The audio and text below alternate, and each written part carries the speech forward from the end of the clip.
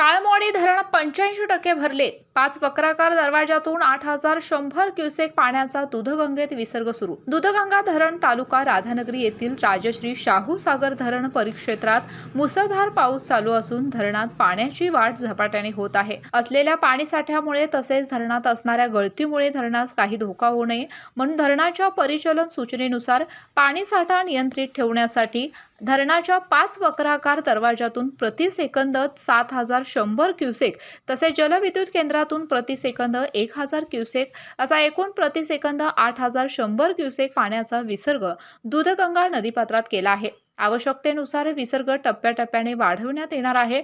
परिणामी दूधगंगा नदी पात्राबाहेर जाण्याची शक्यता आहे। तर धरण 84.7% भरले आहे।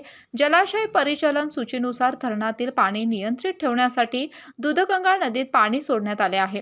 परिणामतः काठावरील गावांना प्रशासनामार्फत सावधानतेचा इशारा देण्यात आलाय। आज धरणाच्या जलाशयाची पातळी 642.64 मीटर असून पाणीसाठा 608.432 दशलक्ष घनमीटर इतका आहे। धरणात 21.48 टीएमसी म्हणजे 84.60% धरण भरले आहे। धरणातून होणाऱ्या गळतीमुळे पाणीसाठा उत्तमरित्या राहण्यासाठी तसेच धरण परिक्षेत्रात होणाऱ्या मुसळधार पावसामुळे धरणाच्या पाणी पातळीत झपाटीने वाढ होत असल्याने धरणाच्या 5 वक्राकार दरवाजे उघडून तर विद्युत जलाशयातून असा एकूण 8100 क्युसेक पाण्याचा विसर्ग नदीपात्रामध्ये होत आहे। परिणामतः काठावरील गावांना प्रशासनामार्फत सावधानतेचा इशारा देण्यात आलाय। केके न्यूज साठी राधानगरी प्रतिनिधी मिलिंद कांबळे। अशाच नवनवीन अपडेट पाहण्यासाठी आमच्या केके न्यूज चॅनेलला सबस्क्राइब करा।